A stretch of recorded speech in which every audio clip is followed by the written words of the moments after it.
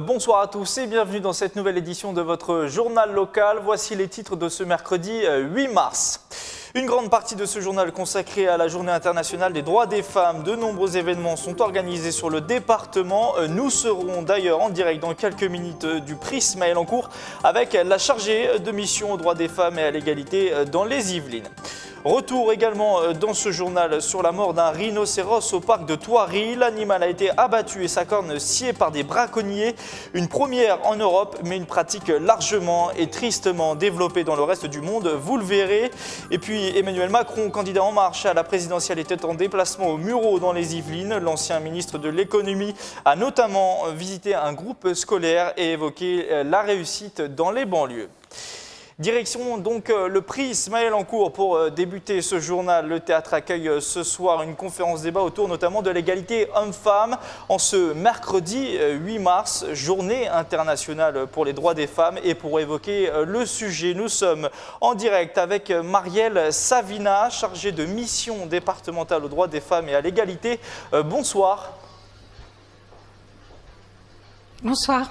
Marielle Savina, c'est un vaste débat, une vaste problématique que vous allez aborder avec d'autres intervenantes ce soir au prix Ismaël Encourt, mais avec votre expérience personnelle et votre rôle aussi au sein du département. Est-ce que c'est un sujet, selon vous, sur lequel la société française avance positivement? Est-ce que, par exemple, comme le confirme une étude dévoilée par l'INSEE hier, les inégalités tendent à se réduire en France, même si, bien sûr, il reste encore beaucoup à faire et que tout est encore imparfait? Oui, bien sûr. Je pense que les inégalités sont en train de se résorber en France, mais il y a encore un chemin à parcourir. Je pense qu'il y a des nouveaux enjeux aujourd'hui aussi à combattre. Et puis également, je pense qu'il y a encore des domaines où l'égalité n'est pas encore réelle. Quels sont justement, vous en parliez, des nouveaux enjeux par exemple qui existent aujourd'hui en 2017 et qui n'existaient pas forcément il y a 15 ou 20 ans?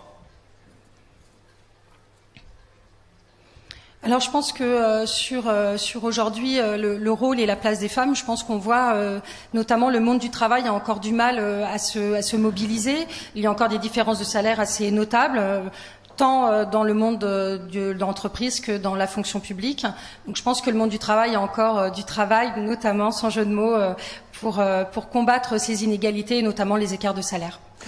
Oui. D'ailleurs, aujourd'hui, en France, encore en 2017, une femme gagne en moyenne 25% de moins qu'un homme à compétences et à travail égal. Pourquoi, selon vous, encore aujourd'hui, en France, en 2017, une femme gagne encore 25% de moins? Comment on peut expliquer de telles barrières encore en 2017?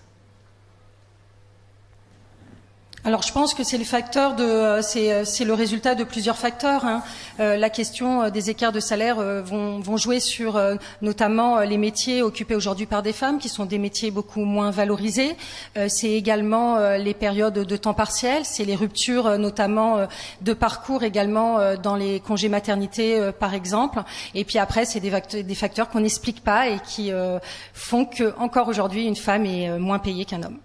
Très rapidement, une dernière question. Est-ce qu'avec votre expérience personnelle, vous qui êtes confronté, qui rencontrez souvent les plus jeunes, est-ce que vous êtes optimiste pour l'avenir? Est-ce que vous sentez quand même les choses bouger auprès des plus jeunes générations?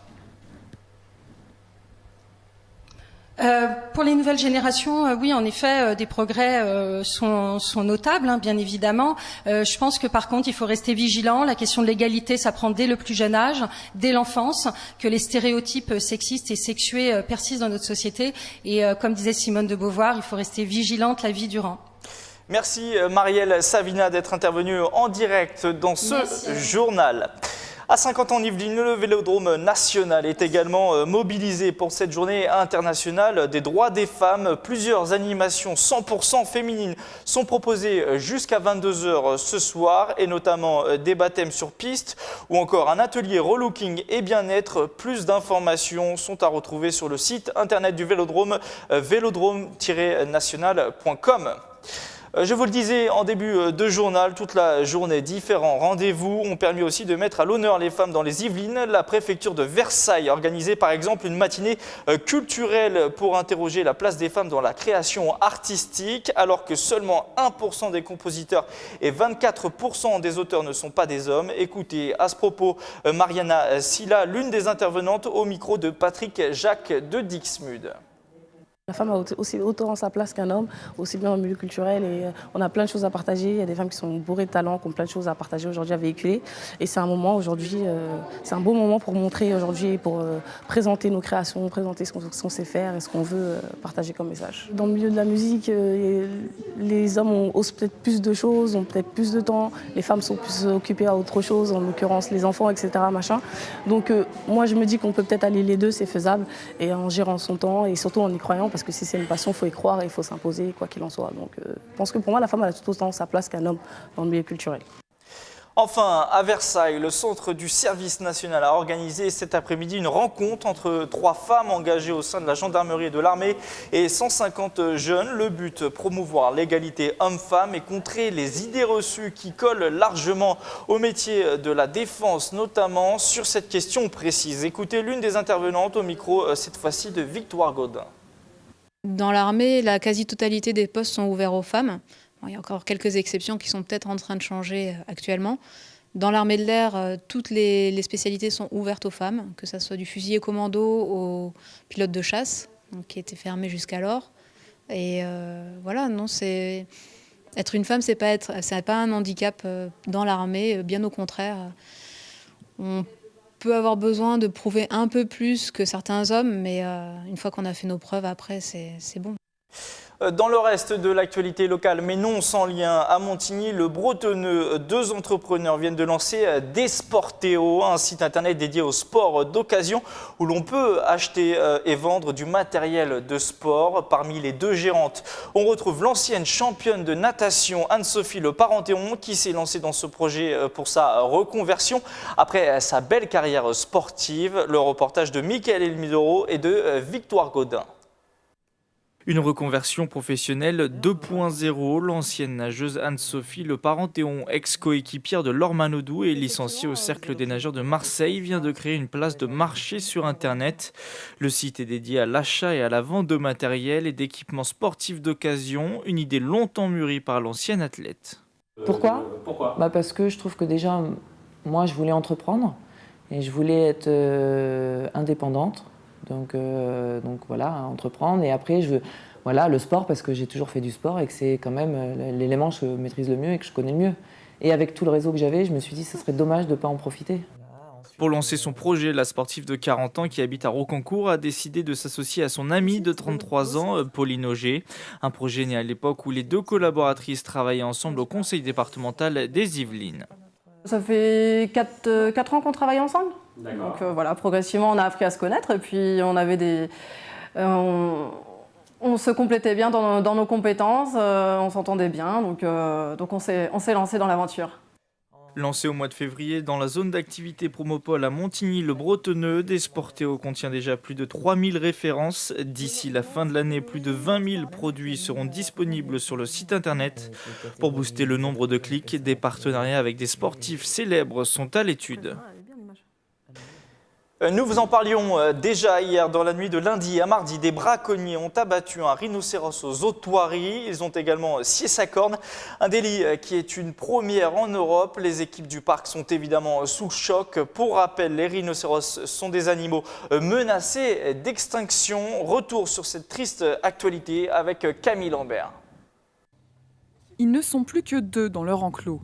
Dans la nuit du lundi 6 mars, des braconniers ont abattu Vince, 4 ans, l'un des rhinocéros du parc de Thoiry, arrivé en 2015.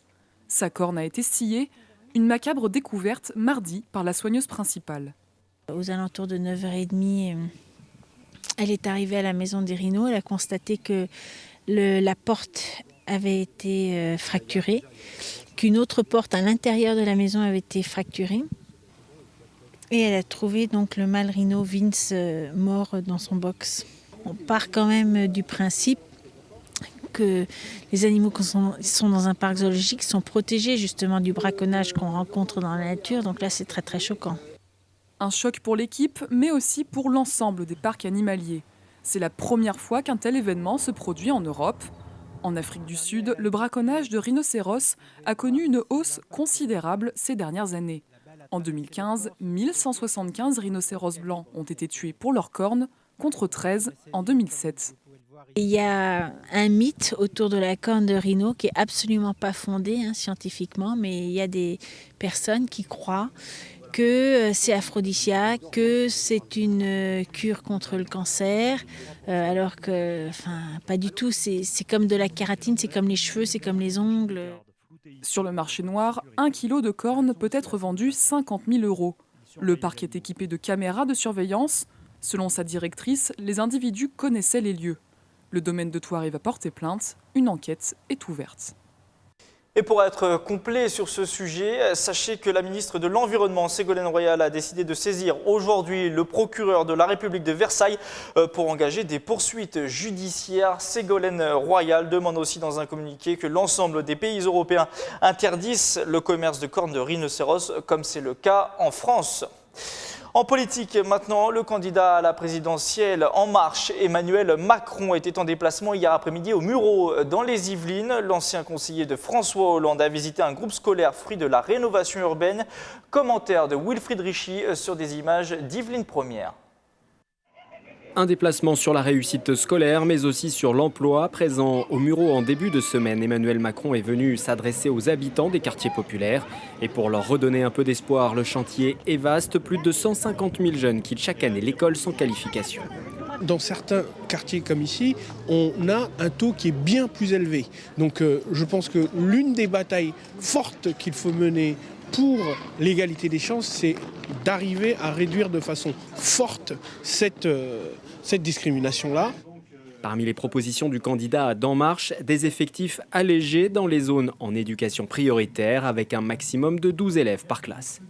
Vous avez des élèves dont les parents accumulent les difficultés économiques ou sociales, dont les parents parfois ne maîtrisent pas bien le français et qui ont donc besoin d'un plus grand encadrement pour bien maîtriser la lecture, l'écriture et le calcul. Autre mesure, généraliser la lutte contre les discriminations ou encore accompagner l'emploi dans les quartiers avec des allègements de charges allant jusqu'à 15 000 €. Les jeunes que j'ai pu entendre cet après-midi me l'ont confirmé.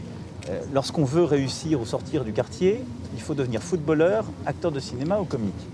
Maintenant, il faut pouvoir devenir professeur d'université, entrepreneur, cadre supérieur. Reste à convaincre les électeurs de ces quartiers populaires. Dans cette ville des Mureaux, l'abstention atteignait 31% au premier tour de l'élection présidentielle en 2012, contre 20% seulement au niveau national. C'est la fin de ce 7-8, le journal. Rendez-vous demain, jeudi, aux horaires habituels pour une nouvelle édition. D'ici là, tous nos reportages sont à retrouver sur tvfil78.com ou l'application TVFil. Bonne soirée à tous.